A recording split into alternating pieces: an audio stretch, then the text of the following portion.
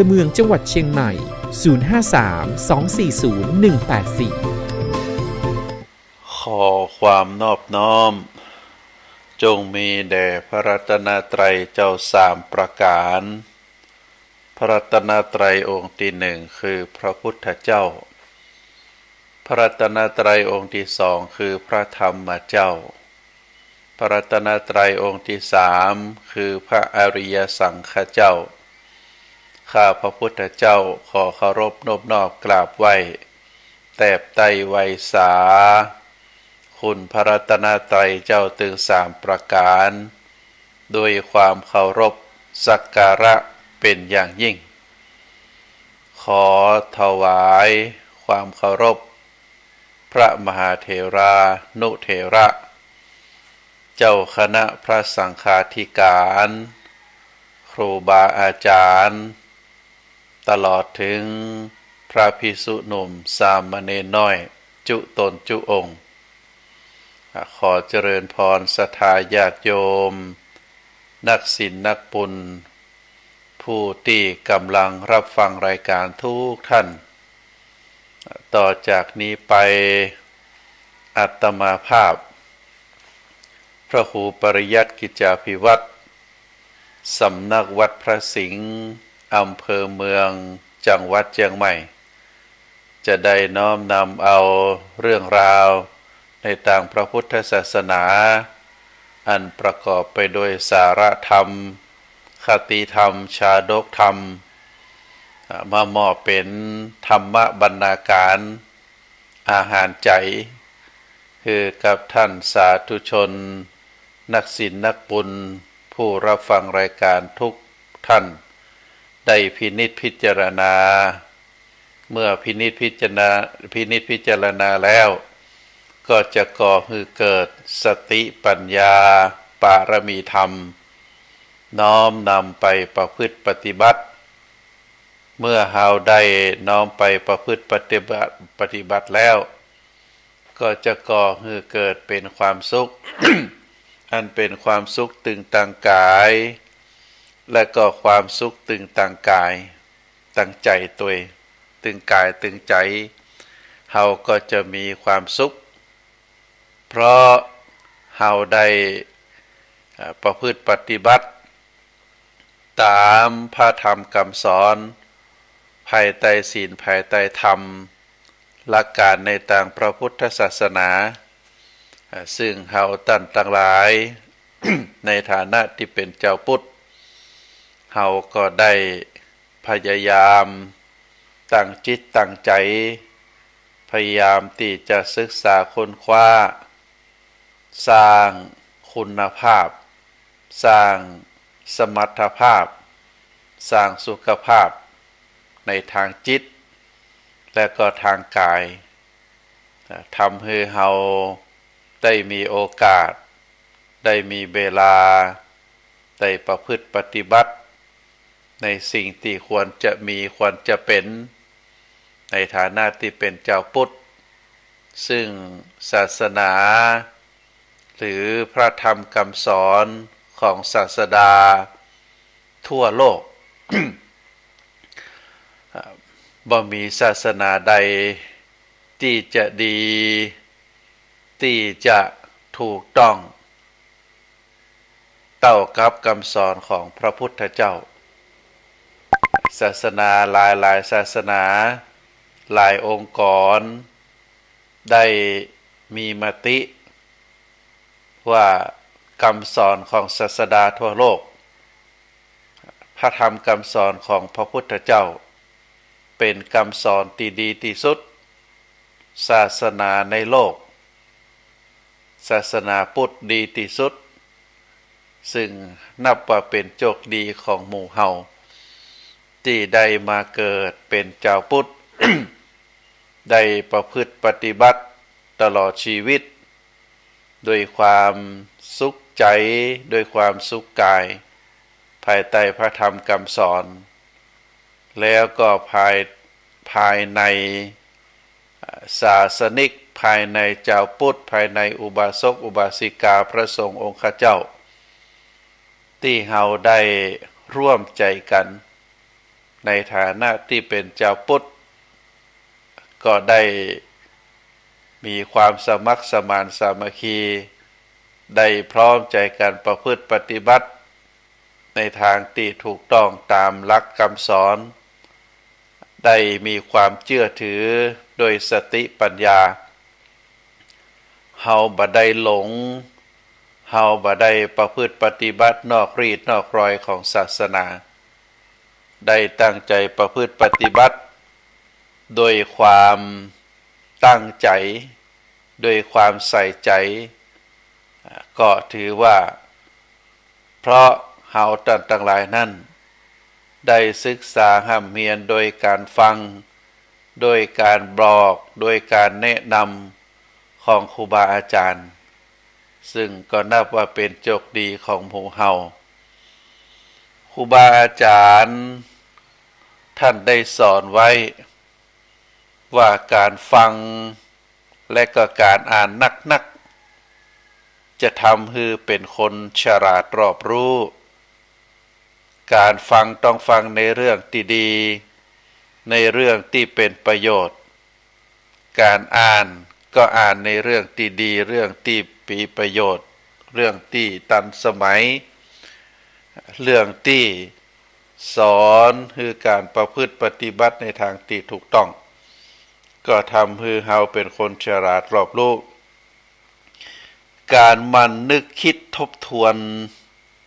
ในเรื่องราวต่างๆบางทีเฮาฟังเฮาอ่าน1 ครั้ง 2 ครั้งก็อาจจะบ่เข้าใจแต่ถ้าเฮามีโอกาสได้มันนึกมันคิดมันทบทวนในเวลาว่างจากการงาน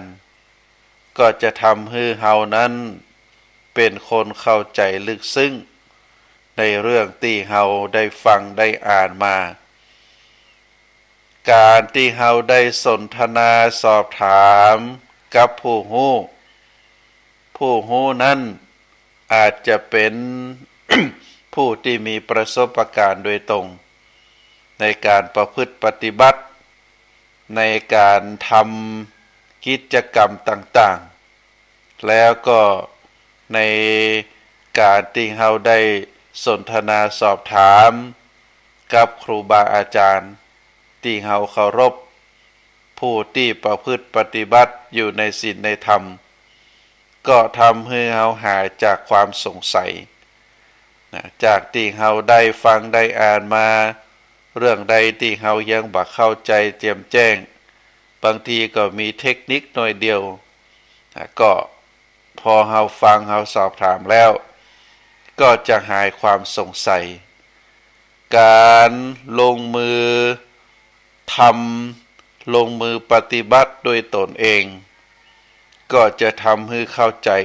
และก็จดจำไปตลอดเป็นการจดจำที่ยั่งยืนเป็นการจดจำที่ยาวนาน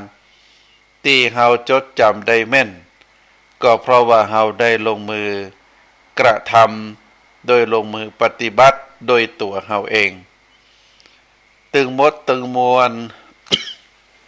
ที่กล่าวมานี้ก็เป็นหลักการที่ผู้ที่ต้องการจะเป็นนักปราชญ์ผู้ที่ต้องการจะเป็นความรู้ก็ได้ประพฤติปฏิบัติตามนี้อย่างเช่นข้อที่ว่าสนทนาสอบถามทำให้หายความสงสัยมีตัวอย่างบุรพาจารย์คืออาจารย์ในปางก่อนก็บ่เมินเท่าใดก็เฮาได้หันหลวงปู่ชาสุภัทโธเป็นพระมหาเถระเป็นนักปราชญ์ชาวอุบลจังหวัดอุบลราชธานีหลวงพ่อนั้นได้ตั้งสำนักบัดปฏิบัติอยู่ที่อำเภอวารินจังหวัดอุบลราชธานี มีลูกศิษย์ลูกหาโดยเฉพาะที่ขึ้นชื่อก็คือบรรดาคนหนุ่มคนสาว ชาวตะวันตกมาจากหลากหลายบ่ว่าจะเป็นอังกฤษบ่ว่าจะเป็นสหรัฐอเมริกาได้เข้ามาถวายตั๋วเป็นลูกศิษย์ลูกหาหลวงพ่อชาก็มีฝรั่งตัวหนึ่งคนหนึ่งพยายามจะถามหลวงพ่อเรื่องการประพฤติปฏิบัติในหลักธรรมเรื่องความทุกข์เรื่องความรักที่ประพฤติปฏิบัติแล้วบางทีบักเข้าใจก็ถามหลวงพ่อว่าเนี่ยจะใดจะฮือมีความสุข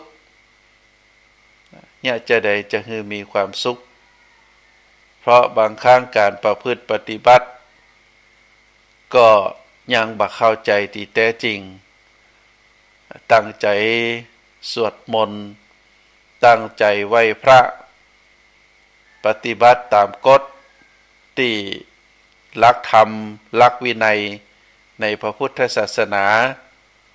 พร้อมที่จะบวชแต่ก็ยังมีความทุกข์มีความบ่สบายก็ได้ทูลถามได้กราบเรียนถามหลวงปู่ชาก็บอกคือฝรั่งคนนั้นว่าคุณยกก้อนหินนั้นมาซึ่งเป็นก้อนใหญ่พอสมควรแต่ฝรั่งหุ่นใหญ่ตัวใหญ่ก็สามารถยกได้หลวงปู่ก็บอกแบกไว้เนอะฝรั่งนั้นแบกก็โดยอารมณ์ดีของหลวงปู่ด้วยความตั้งใจของฝรั่งลูกศิษย์ตัวก็ปฏิบัติตามคำสอนเมื่อหลวงปู่คือยกก้อนหินขึ้นเมื่อแบกไปได้สักพักหนึ่งหลวงปู่ก็ถามว่านักก่อฝรั่งก็บอกว่านักครับหลวงพ่อก็วางก้อนหินนั้นลงฝรั่งก็วางลงหลวงปู่ถามว่าเป็นได้พ่องเบาก่อเบาครับนักก่อมานักครับที่เฮามานักนั่นเพราะบ่มีก้อนหินอยู่บนบ่าแม่นก่อครับคนเฮาก็เหมือนเดียวกันทุกสิ่งทุกอย่างปัญหาความนักอกนักใจความผูกพันยึดมั่นยึดติดในทรัพย์สมบัติในบุคคลรอบกายในทุกสิ่งทุกอย่างบ่ว่าจะเป็นการเป็นงานบ่ว่าจะเป็นคนในครอบครัวบ่ว่าจะเป็นมิตรแก้วสหายคำตลอดถึงทรัพย์สมบัติที่มีอยู่ถ้าเฮาไปยึดมั่นถือมั่นว่าอันนี้ก็ของเฮาอันนี้ลูกเฮาอันนี้สามีเฮาอันนี้ภรรยาเฮาอันนี้ตีให้ตีนาเฮาอันนี้บุคคลนี้เป็นศัตรูของเฮาถ้าไปยึดมั่นถือมั่นจีอีก็จะทำให้นักจิตนักใจมีความทุกข์แต่ถ้าสามารถปล่อยวางบ่เอาสิ่งต่างหลายเหล่านั้นมายึดมาถือสลัดความเป็นตัวตนสลัดความยึดมั่นถือมั่นคือกลับกลายมาเป็นปล่อยวางคือเป็นไปตามเหตุเป็นไปตามผลอย่างตัวเฮาก็จะเบาฝรั่งคนนั้นฮ้องเข้าใจแล้วครับที่หลวงปู่สอนนี้ผมเข้าใจผมจะตั้งใจประพฤติปฏิบัติหลวงปู่ชาก็ยิ้ม ก็เป็นลักษณะแบบเนี้ยศรัทธาญาติโยมการสนทนาสอบถามกับครูบาอาจารย์ผู้มีความรู้เมื่อเฮาเข้าใจหายความสงสัยแล้วเฮาสามารถที่จะดำรงคงขันประพฤติปฏิบัติได้อย่างถูกต้องเพราะฉะนั้นศรัทธาญาติโยมทั้งหลายเฮาก็จะหันว่า รักคำสอนในทางพระพุทธศาสนานั้น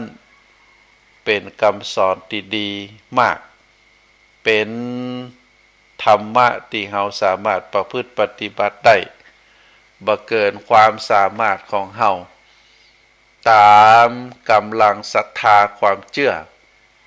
ตามความตั้งใจความมุ่งมั่นความภาคเพียรพยายามตามความรู้ตามความสามารถ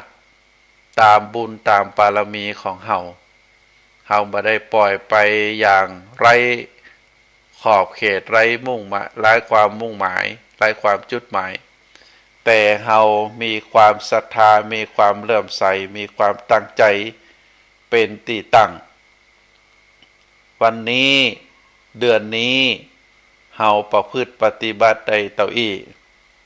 เดือนหน้าปีหน้าเฮาก็จะมีความมุ่งมานะพยายามที่จะประพฤติปฏิบัติได้นักกว่าเก่าได้สูงกว่าเก่า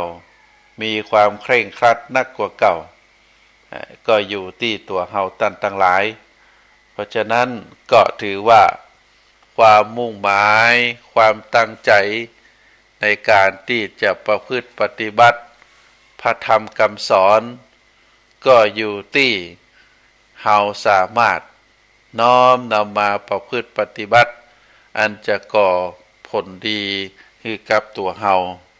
ศรัทธาญาติโยมทั้งหลายเมื่อเฮาได้ประพฤติปฏิบัติตามหลักธรรมคำสอนขององค์สมเด็จพระสัมมาสัมพุทธเจ้าหมู่เฮาผู้ประพฤติปฏิบัติทั้งหลาย ก็จะได้อยู่ดีกินอิ่มนอนอุ่นแล้วก็สุขใจถ้าคนใดได้อยู่ดีได้กินอิ่มได้นอนอุ่นเฮาก็จะมีความสุขใจถ้าอยู่บ่ดีกินบ่อิ่มนอนบ่อุ่นความสุขใจนั้นก็จะโบยบินจากเฮาไป สำคัญที่สุดก็คือเนี่ยจะได้เฮาจะได้อยู่ดีคำว่าอยู่ดีในที่นี้ก็คือการเป็นอยู่การเป็นอยู่การประพฤติปฏิบัติในชีวิตประจำวันโดยการทำดีพูดดีคิดดีภายใต้ศีลภายใต้ธรรมภายใต้กฎหมายระเบียบกฎกติกาของสังคมใจความรู้ความสามารถประกอบอาชีพสุจริตทำตนให้เป็นประโยชน์ต่อสังคมรักเต่าอี้ถ้าเฮาได้ประพฤติปฏิบัติเป็นลักษณะแบบนี้ก็ถือว่าเป็นการอยู่ดีการทำดีการอูดีการคิดดีใจความรู้ความสามารถประกอบอาชีพสุจริตอยู่ภายใต้ศีลภายใต้ธรรมภายใต้กฎหมายระเบียบกฎกติกาของสังคมก็จะทำตนโดยที่ทำตนให้เป็นประโยชน์ต่อสังคมส่วนรวมถ้าไผประพฤติปฏิบัติในเบื้องต้นเป็นลักษณะแบบนี้ เฮาเรียกว่าอยู่ดีตรงกันข้ามคนที่ประพฤติปฏิบัติตัวตนบ่อยู่ภายใต้ศีลบ่อยู่ภายใต้ธรรมทำบ่ดีอู้บ่ดีคิดบ่ดีแล้วก็ประพฤติปฏิบัติผิดศีลผิดธรรมผิดกฎหมายผิดระเบียบประเพณีวัฒนธรรม กฎกติกาของสังคมก็ทำบ่ถูกแล้วก็ได้ประกอบอาชีพที่ผิดศีลผิดธรรมเป็นอาชีพสีเทาเป็นอาชีพที่ผิดกฎหมายนอกจากนั้นแล้วก็ยังทำตัวทำตนเป็นคนไร้ประโยชน์เป็นคนที่บ่มีประโยชน์ทั้งตัวต่อสังคมต่อครอบครัวถ้าเป็นลักษณะแบบนี้ เฮาเรียกว่าอยู่บ่ดีคนที่อยู่ดีก็คือทำดีคิดดีอู้ดีอยู่ภายใต้ศีลภายใต้ธรรมประกอบอาชีพสุจริตทำตัวให้เป็นประโยชน์ต่อสังคมอันนี้ก็ถือว่าเมื่อเฮาได้อยู่ดีแบบนี้แล้วการกินก็เป็นส่วนหนึ่งที่มีความสำคัญการกินเพราะว่ามนุษย์เท่านั้นมีร่างกายจะเป็นอยู่ได้ก็เพราะว่ามีอาหารเป็นเครื่องหล่อเลี้ยงอาหารหล่อเลี้ยงร่างกายทำให้ร่างกายแข็งแรงเมื่อได้กินก็กินให้พอดีบ่มากเกินไปบ่น้อยเกินไปกินในสิ่งที่มีประโยชน์ต่อร่างกายสิ่งที่บ่มีพิษบ่มีภัยต่อร่างกายเฮาบ่กินตามใจปากนะเฮากินเพื่ออยู่บ่ได้อยู่เพื่อกินเพราะฉะนั้นการกินนี้ก็ต้องกินให้พอดีตามที่ว่ามาบ่นักเกินไปบ่น้อยเกินไปถ้ากินนักเกินไปก็จะทำให้ร่างกายนั้นอ้วนน้ำหนักเกินไขมันนักแต่ถ้ากินน้อยก็จะทำให้ผอมแห้งแรงน้อยร่างกายบ่สามารถที่จะต่อต้านโรคได้เพราะฉะนั้นก็พระพุทธองค์ได้สอนให้เจ้าพุทธให้เฮามัตตัญญูตาฮู้จักในการกินพอดีกินในสิ่งที่มันเป็นประโยชน์แล้วก็นอกจากการกินแล้วก็รวมถึง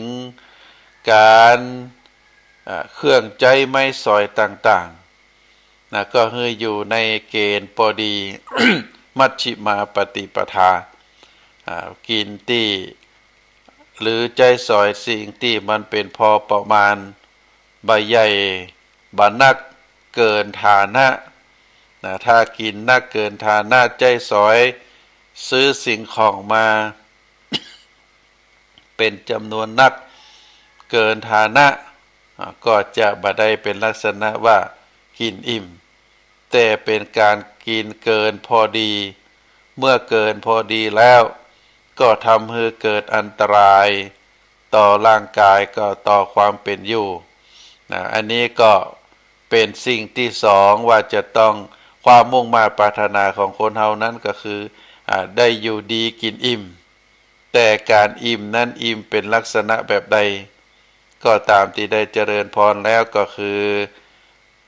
กินพอดีบ่นักเกินไปบ่น้อยเกินไปกินในสิ่งที่มันเป็นประโยชน์ต่อร่างกายสิ่งที่บ่เป็นพิษบ่เป็นภัยต่อร่างกายอาหารทุกอย่างเครื่องดื่มทุกอย่างที่เฮาได้ดื่มได้รับประทานเข้าไปนั้นเฮาจะต้องดูว่าสิ่งทั้งหลายเหล่านั้นมันเป็นประโยชน์นะต่อร่างกายก็ถ้ามันบ่เป็นประโยชน์มันเป็นพิษเป็นภัยเฮาจะต้องรู้เองว่าร่างกายของเฮานั้นมีของแสลงคืออันหยังคำว่าของแสลงก็คือของที่กินเข้าไปแล้วมันทำให้ร่างกายผิดปกติบางทีอาจจะต้องเสียบางทีอาจจะมึนเมาบางทีอาจจะเกิดผื่นเกิดคันเปิดห้องว่ามันแป้อย่างบางคนบางท่านกินทุเรียนก็บ่ได้แป้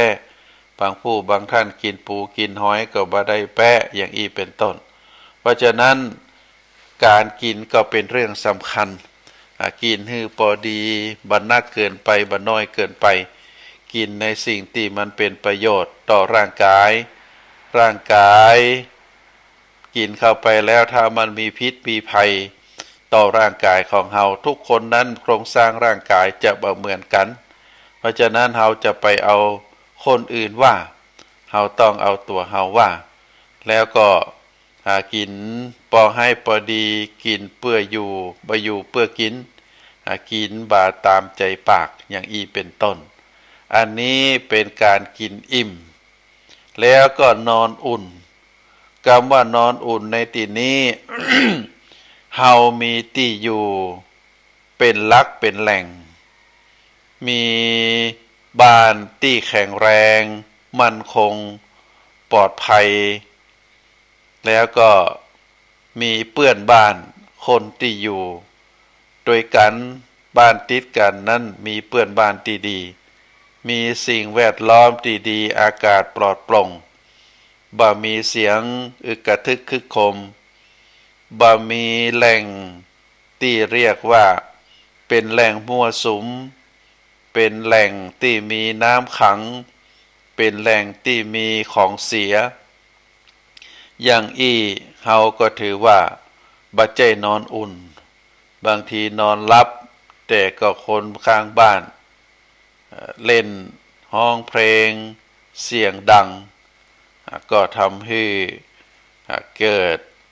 เรียกว่าเป็นสิ่งแวดล้อมที่บ่ดีเพราะฉะนั้นการนอนก็คือเป็นการพักผ่อนที่ดีที่สุดเฮาจะต้องดูแลที่นอนหมอนมุ้งให้อยู่ในสภาพที่สะอาดโปร่งบะอับแล้วก็อยู่ในสถานที่บ่ร้อนบ่เย็นเกินไปให้พอดีแล้วก็ให้อยู่ในสถานที่มีอากาศที่ดีบ่มีสิ่งแวดล้อมที่บ่ดีเป็นสิ่งแวดล้อมที่ดีอันนี้เราเรียกว่านอนอุ่นเพราะฉะนั้นท่านสาธุชนทั้งหลายการได้อยู่ดีได้กินอิ่มได้นอนอุ่นเมื่อสิ่งประการนี้ได้เกิดขึ้นกับตัวเฮาสิ่งที่เฮาจะได้ผลตอบ จากการได้อยู่ดีกินอิ่มนอนอุ่นนั่นก็คือความสุขใจความสุขใจเมื่อเฮาได้รับผลอันเกิดจากการได้อยู่ดีกินอิ่มนอนอุ่นแล้วก็จะมีผลคือความสุขใจเป็นจิตใจดีเป็นจิตใจที่มีความคิดทางด้านบวกเป็นดวงจิตที่มีเมตตากรุณาต่อคนอื่นมีพระธรรมคำสอนเป็นเครื่องหล่อเลี้ยงแต่ถ้าหากมีความคิดหรือมีจิตใจที่เต็มไปด้วยความโลภเต็มไปด้วยความริษยาอาฆาตมาตร้ายต่อคนอื่นเป็นดวงจิตดวงใจที่ผูกอาฆาตพยาบาทก็เฮาก็จะหาว่าบุคคลนั้นเป็นผู้ที่มีดวงจิตดวงใจที่ขาดความกรุณาปราณีถึงจะอยู่ดี ถึงจะกินอิ่มถึงจะนอนอุ่นแต่ก็บ่มีความสุขเพราะจิตใจนั้น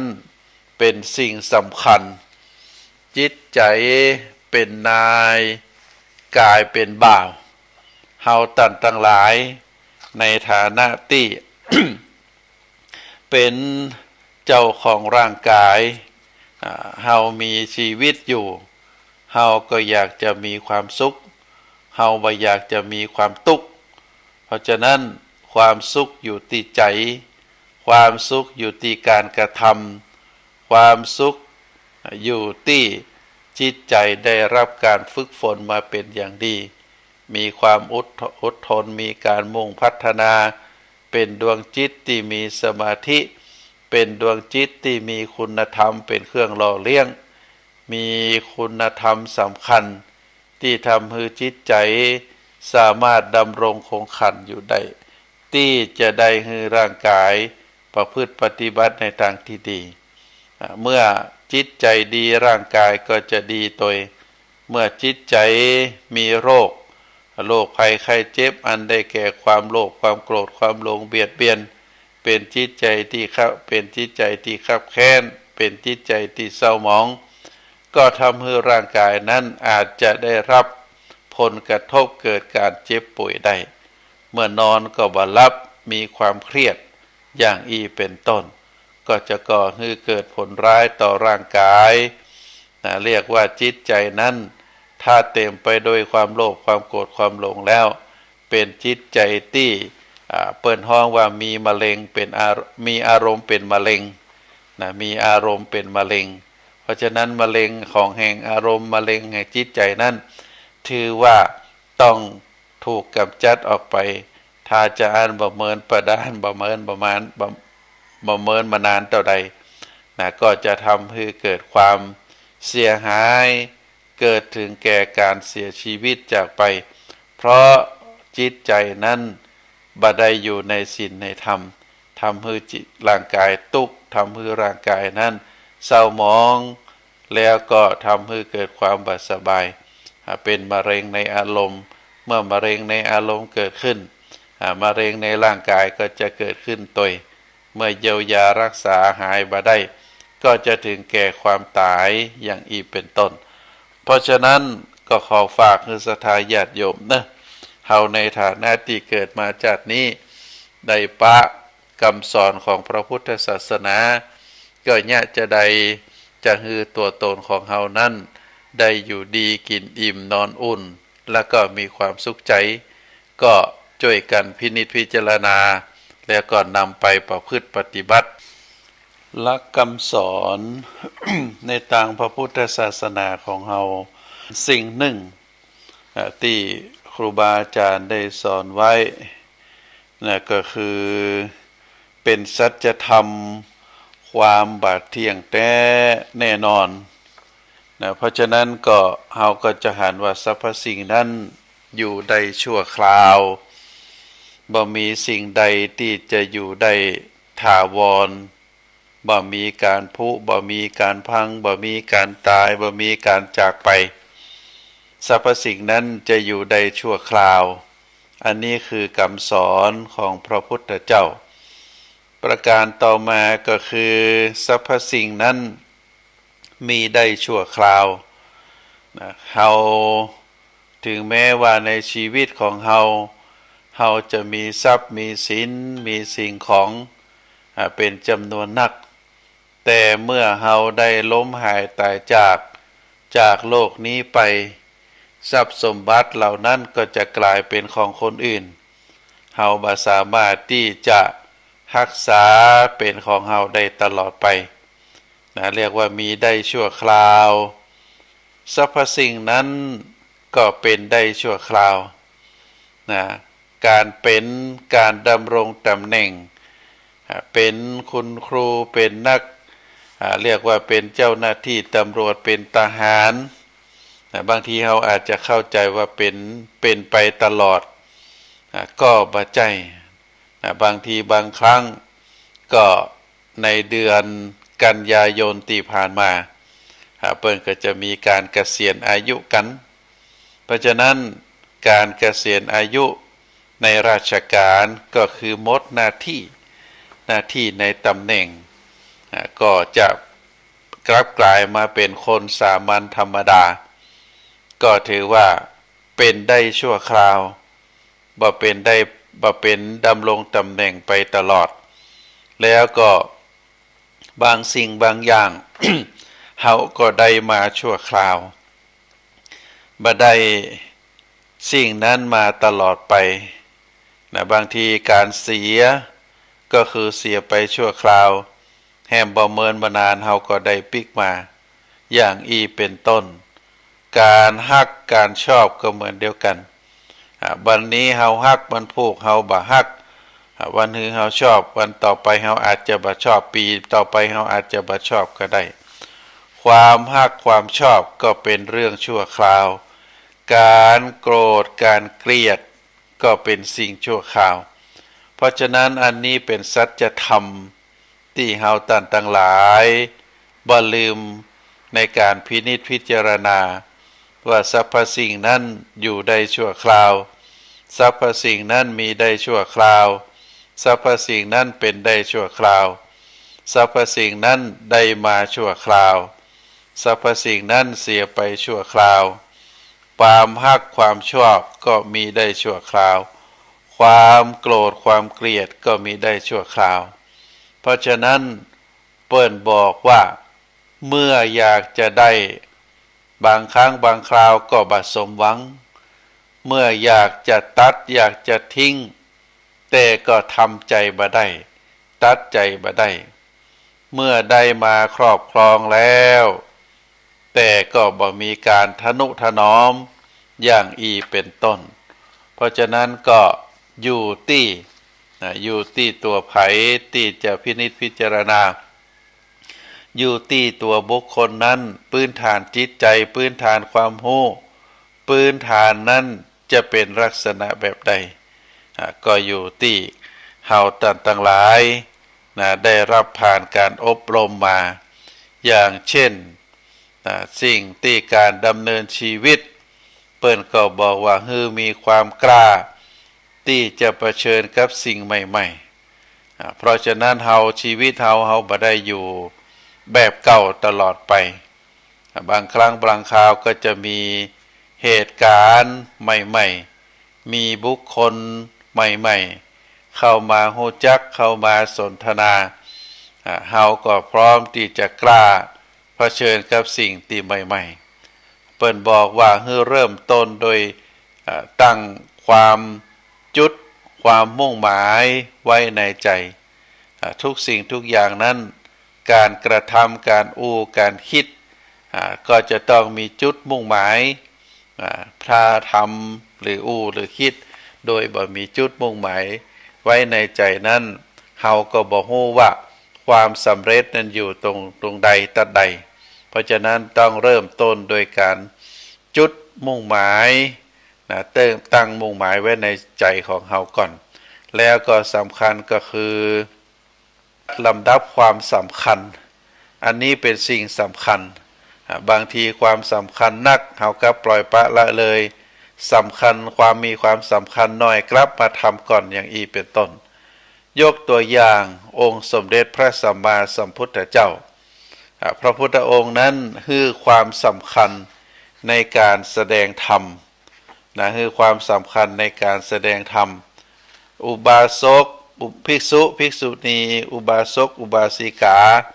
แล้วก็นักบวชนอกศาสนาถามว่า3กลุ่มนี้พระพุทธองค์ความสำคัญจัดลำดับความสำคัญไผก่อนเวลาจะแสดงธรรมพระพุทธองค์นั้นจะแสดงแก่ภิกษุภิกษุณีก่อน เพราะบุคคลทั้งหลายเหล่านี้ได้เสียสละครอบครัวแล้วก็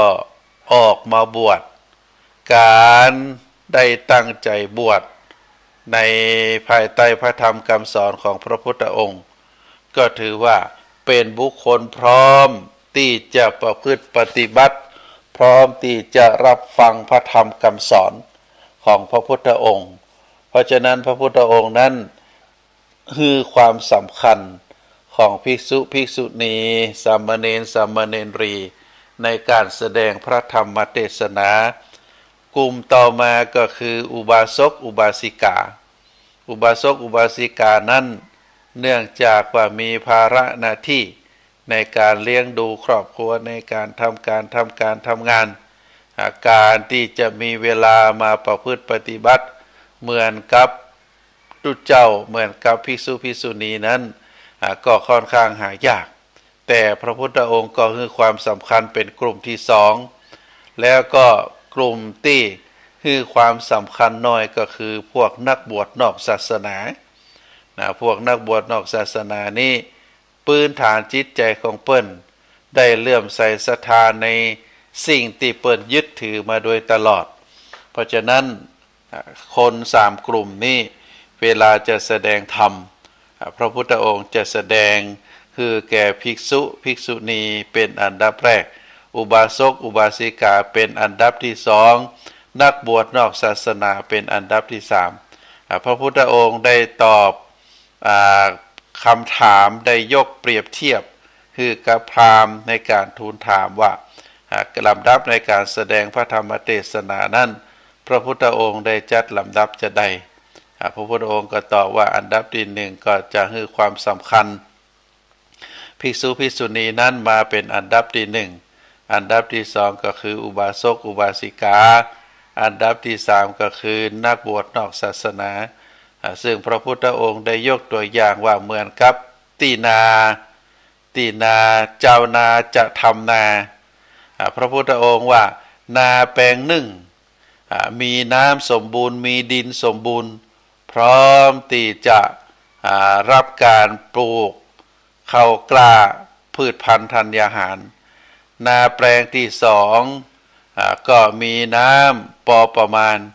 ดินก็พอประมาณสมบูรณ์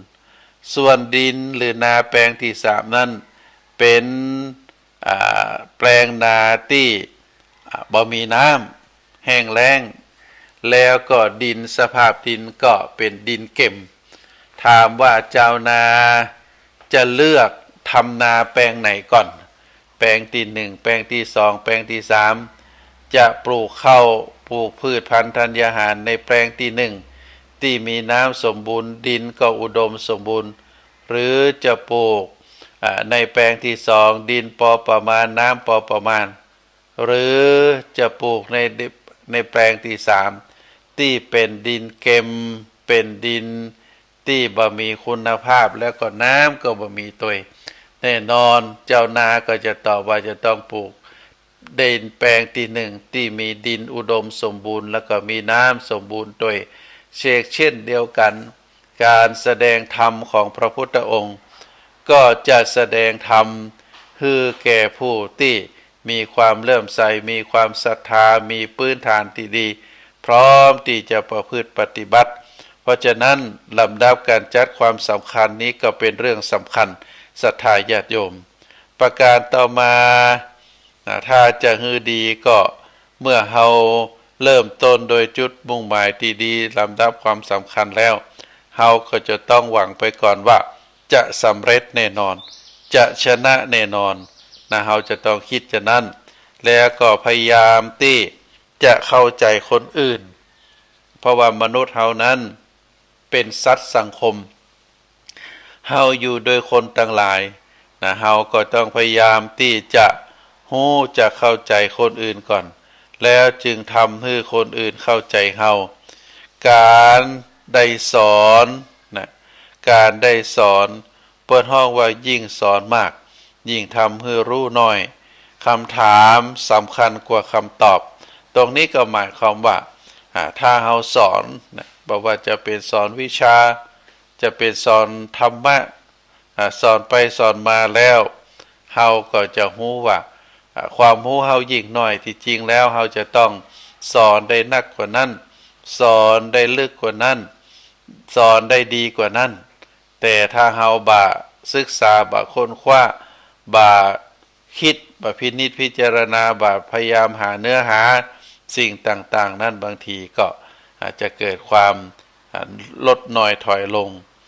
เปิ้นห้องบอกว่ายิ่งสอนนักยิ่งทำให้ว่าเฮามีความรู้น้อยเฮาต้องแสวงหาความรู้อย่างอีเป็นต้นเพราะฉะนั้นศรัทธาท่านสาธุชนทั้งหลายการดำเนินชีวิตนั้นอย่างหนึ่งที่เฮาต้องระมัดระวังก็คือ1เฮาบ่อิจฉาคนอื่น2เฮาบ่ดูถูกคนอื่น3เฮาบ่คิดแทนคนอื่นและก็4เฮาจะบ่ยุ่งกับชีวิตคนอื่นถ้าหากว่าเฮาได้พยายามศึกษาเรียนรู้แล้วก็พยายามประพฤติปฏิบัติเหมือนที่ว่ามาคนอื่นนั่นก็คือคนอื่นบ่ใจเฮาเมื่อเปิ้นได้ทำเหตุที่ดีเปิ้นก็ได้รับผลที่ดีเมื่อเปิ้นได้ทำเหตุที่บ่ดีผลที่ได้รับก็บ่ดีเพราะฉะนั้นเฮาบ่อิจฉาคนอื่นเฮาบ่ดูถูกคนอื่นเฮาบ่คิดแทนคนอื่น ถ้าหากว่าเฮาไปคิดแต่คนอื่นคนนั่นจะได้บ่คิดจะนี่คนนี้จะได้บ่คิดจะอันเฮาก็จะยิ่งทุกข์นักนะเพราะฉะนั้นก็สิ่งสำคัญที่สุดก็คือบ่ควรไปยุ่งกับชีวิตคนอื่นเฮาก็อยู่ห่างๆได้ไปร่วมได้ไปทำได้ไปสนทนาปราศัยถ้าเปิ้นถามเฮาก็แนะนำถ้าเปิ้นบ่ถามเฮาก็มาแนะนำเพราะฉะนั้นก็อย่าไปอิจฉาคนอื่นอย่าไปดูถูกคนอื่นแล้วก็อย่าไปคิดแต่ตนอื่นสิ่งสำคัญก็คือบ่ควรไปยุ่งกับชีวิตของคนอื่นเพราะฉะนั้นท่านสาธุชนทั้งหลายนะสิ่งที่ตัวมาก็คือจงยินดีในความสำเร็จของคนอื่นนะคนอื่นเปิดสำเร็จแล้วเฮาก็พลอยยินดีนะเป็นความกรุณาปราณีนะเป็นมุทิตาพลอยยินดีกับความสำเร็จของคนอื่น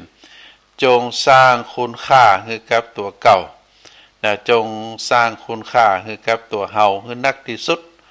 เพราะว่าความรู้ความสามารถการกระทำในสิ่งที่คนอื่นบ่เคยกระทำเฮาได้กระทำเฮาได้ลงมือประพฤติปฏิบัติได้เป็นแบบอย่างนะเฮาก็จะมีความมุ่งมา่ปรารถนาที่จะเกิดผลสำเร็จในเรื่องทุกสิ่งทุกอย่างเพราะฉะนั้นก็เฮาจะต้องทำด้วยตัวเฮาเองเฮาสร้างด้วยตัวเฮาเองเฮาก็จะมีคุณค่าในตัวเฮาแล้วก็ทุกสิ่งทุกอย่างเปิ้นพ้องว่าจงคิดทุกสิ่งทุกอย่างให้รอบคอบต้องระมัดระวังบ่ประมาทอันนี้เป็นเรื่องสำคัญเพราะฉะนั้นก็การที่เฮาได้อยู่ในสังคมอยู่กับคนนักเฮาก็จะต้องได้พยายามจะบ่อิจฉาคนอื่นดูถูกคนอื่นบ่คิดแต่คนอื่นบ่ยุ่งกับชีวิตคนอื่นยินดีในความสำเร็จของคนอื่นแล้วก็สร้างคุณประโยชน์คุณค่าให้กับตัวเฮาเองคิดทุกสิ่งทุกอย่างอย่างรอบคอบเพราะความเข้มแข็งจะเกิดขึ้นกับตัวเฮาได้ก็เพราะว่าในอดีตนั้นเฮาเคยได้รับผลได้รับบทเรียนได้รับบทเรียนจากที่เฮาได้เคยประพฤติปฏิบัติมาก่อนเมื่อเฮาได้มีความมุ่งมั่นในการแก้ไขก็ทำให้เฮามีความเข้มแข็งเกิดความเข้มแข็งถ้าเฮาย้อนไปในอดีตความเข้มแข็งในวันนี้เฮาต้องขอบคุณอดีตที่เคยทำให้เฮาเจ็บช้ำเพราะฉะนั้นถ้าบ่มีวันนั้นเฮาก็บ่เข้มแข็งในวันนี้เพราะแรงเจ็บช้ำในอดีตเป็นบทเรียนที่สร้างเฮามีความเข้มแข็งในวันนี้เพราะฉะนั้นก็ศรัทธาญาติโยมทั้งหลายก็ฝากคือศรัทธาคือท่านทั้งหลายได้พินิจพิจารณาว่าถ้าหากว่าเฮาท่านทั้งหลายได้ดำรงชีวิตของเฮาได้อยู่ดีได้กินอิ่มได้นอนอุ่นแล้วก็มีความสุขใจอันนี้ถือว่ายอดในการดำเนินชีวิตแต่ถ้าเฮาอยู่ก็บ่ดีอยู่ลำบากกินก็บ่อิ่มกินก็บ่อิ่มมีความขาดแคลนเรื่องเข้าป่าอาหารที่นอนก็บ่อุ่นคำว่าบ่อุ่นก็คือบ่มีความปลอดภัยบ่มีความสงบมีแต่ความเดือดร้อนอย่างนี้ความสุขใจก็หาบ่ได้ละเป็นความทุกข์ใจถ้าหากอยู่บ่ดีกินบ่อิ่มนอนบ่อุ่นใจก็ยังมีความทุกข์แหมเฮาก็จะต้องเสาะหาถึงที่มาที่ไปถึงที่เหตุที่ทำให้เฮาอยู่บ่ดีกินบ่อิ่มนอนบ่อุ่นแล้วก็มีความทุกข์ใจทุกสิ่งทุกอย่างนั้นเป็นบทเรียนทุกสิ่งทุกอย่างนั้นเป็นประสบการณ์ของชีวิตทุกสิ่งทุกอย่างนั้นสามารถที่จะแก้ไขได้หากว่าเฮาเป็นเจ้าของชีวิตเฮาก็จะต้องรีบแก้ไขในวันนี้เพื่อที่จะให้ชีวิตของเฮานั้นได้อยู่อย่างมีความสุขได้อยู่อย่างเป็นการอยู่ดี การกินการว่าก็จะได้กินอิ่มกินเต็มการนอนก็จะได้นอนแบบมีความสุขมีความอุ่นจิตใจเฮาก็จะได้สะดวกสบายก็ฝากให้ศรัทธาญาติโยมได้พินิจพิจารณาท้ายของรายการนี้ก็ขออนุญาตประชาสัมพันธ์เนอะศรัทธาญาติโยมก็ได้เจริญพรมาเรื่องที่หนึ่งนะก็คือวันอาทิตย์ที่15วันอาทิตย์ที่15ตุลาคมจะมีพิธีฉลองปริญญาคือกับพระสงฆ์สมณเณรที่สอบปริญญาธรรมได้ที่วัดสวนดอกก็ศรัทธาญาติโยมท่านใดที่จะได้มีกำลังในการทำบุญมีกำลังในการสนับสนุนกิจพระศาสนาก็ขอเจริญพรได้เชิญไปร่วมเนอะเวลาบ่ายโมงเชิญไปร่วมพิธีฉลองปริญญาแล้วก็สิ่งสำคัญที่สุดก็คือเปิ้นมีโฮงทานเปิ้นมีการถวายเพลถ้าหากว่าท่านใดมีกำลังก็สามารถเอาโฮงทานไปร่วมก็ได้หรือทำข้าวหม้อแกงหม้อไปร่วมสมทบในการถวายภัตตาหารเพลแด่พระสงฆ์สามเณรก็ได้ก็ขอเจริญพรเนอที่วัดสวนดอกวันอาทิตย์ที่15วันอาทิตย์ที่วันจันทร์ที่23ตุลาคม23ตุลาคมนั้นนอกจากจะเป็นวันปิยมหาราชน้อมรำลึกถึงรัชกาลที่5เฮาก็จะได้มีกิจกรรมที่ข่วงพญามังรายคลื่นสถานีวิทยุคลื่น96ภายใต้การกำกับของท่านผู้อำนวยการป้ออาจารย์ป้อนานวันลบนามวงพรหมพร้อมโดยคณะกรรมการก็จะได้จัดกิจกรรมนะเป็นการบวงสรวงเป็นการบวงสรวงดวงพระวิญญาณของพญามังรายปฐมบรมกษัตริย์แห่งล้านนาไทยเฮาเนื่องในเป็นวันคล้ายวันชาตการก็คือวันเกิดของพระองค์ท่านวันนั้นก็จะมีกิจกรรมนอกจากพิธีบวงสรวงแล้วก็จะมีทักษิณานุปทานเมื่อทักษิณานุปทานทำบุญอุทิศให้กับดวงพระวิญญาณของพระองค์ท่านแล้วก็จะมีลูกเนนหลายๆวัดได้มาประกวดการแข่งขันบรรยายธรรมก็ถือว่าเป็นกิจกรรมที่น่าส่งเสริมสนับสนุนนอกจากนั้นแล้วก็จะมีการเรียกว่าทำบุญตอดผ้าป่าเพื่อสมทบในการให้สถานีวิทยุคลื่น96ได้ดำรงอยู่ต่อไปเพราะตั้งเป็นการซ่อมแซมเป็นการแก้ไขเป็นการตอบแทนเจ้าหน้าที่ทุกฝ่ายทุกแผนกนั้นก็จำเป็นจะต้องมีการกินการดำรงอยู่ต้องเลี้ยงพ่อเลี้ยงแม่ก็จะมีการตอบแทนงบประมาณก็ได้มาจากการดูแลโดยเมตตาธรรมของพระเดชพระคุณหลวงพ่อพระธรรมเสนาบดีหลวงพ่อรองเจ้าคณะภาค7วัดพระธาตุดอยสุเทพแต่ก็เงินก็ก็จำเป็นที่จะต้องร่วมกันสถานาบุญที่เฮาได้รับฟังข้อคิดได้รับฟังธรรมกันก็เพราะว่าเฮาได้มีส่วนร่วมเฮาจะต้องได้ส่วนร่วมในการคือสถานีวิทยุคลื่นพระพุทธศาสนานี้ได้ดำรงคงอยู่ต่อไปก็จำเป็นจะต้องได้ช่วยกันเนอะอาตมาก็จะจัดต้นเงินไปต้นหนึ่งเพื่อไปสมทบในการทำบุญตอดผ้าป่าเป็นการบำรุงสถานีวิทยุก็เป็นสิ่งที่น่าอนุโมทนาแล้วก็แถมกิจกรรมอันหนึ่งก็คือวัดเกตการามตำบลวัดเกตหลวงพ่อท่านพระครูสันติเจตยากรหลวงพ่อได้เจริญพรมาว่าวันที่30ตุลาคมเวลา6 โมงครึ่งเจ้าวันนั้นเป็นวันตักบาตรเทโวโรหณะหลวงพ่อจะมีการทำบุญตักบาตรเทโวโรหณะที่วัดเกตการามก็ขอเจริญพรศรัทธาญาติโยมได้ไปร่วมกันเนอะ จะมีพระสงฆ์สามเณรจำนวน29รูปรับอาหารออกรับอาหารบิณฑบาตจากศรัทธาญาติโยมที่ไปทำบุญในวันนั้นใครว่างก็ขอเจริญพรได้ไปร่วมได้เนอะอาตมาภาพขอนำรายการจากท่านสาธุชนไปก่อนไว้โอกาสหน้าเราได้มาปากันแหมรัตนัตยานุภาเวนะรัตนัตยเตชะสาทุกขโรคาพยาเวลากุโสกาสันตุจุปัฏฐวาอเนกาอันตรายปิวินัสสันตุเจเตชะสาอายุวันโนสุขังปะลังข่าวสารเพื่อการประชาสัมพันธ์ด้วยทางคณะสงฆ์อำเภอหางดงโรงพยาบาลหางดงและชาวอำเภอหางดงขอเชิญ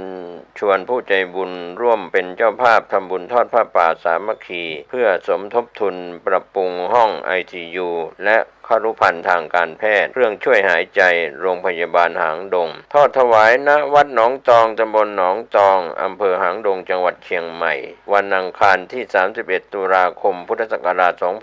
2566ตรงกับแรม2ค่ำเดือนเกียงเหนือเวลา 13 นาฬิกาก็ขอเชิญชวนศรัทธานักศีลนักบุญและผู้มีจิตศรัทธาร่วมบุญติดต่อได้ที่พระครูอาทรวิสุทธิคุณเจ้าอาวาสวัดหนองตองเจ้าคณะอำเภอหางดงจังหวัดเชียงใหม่สอบถามรายละเอียด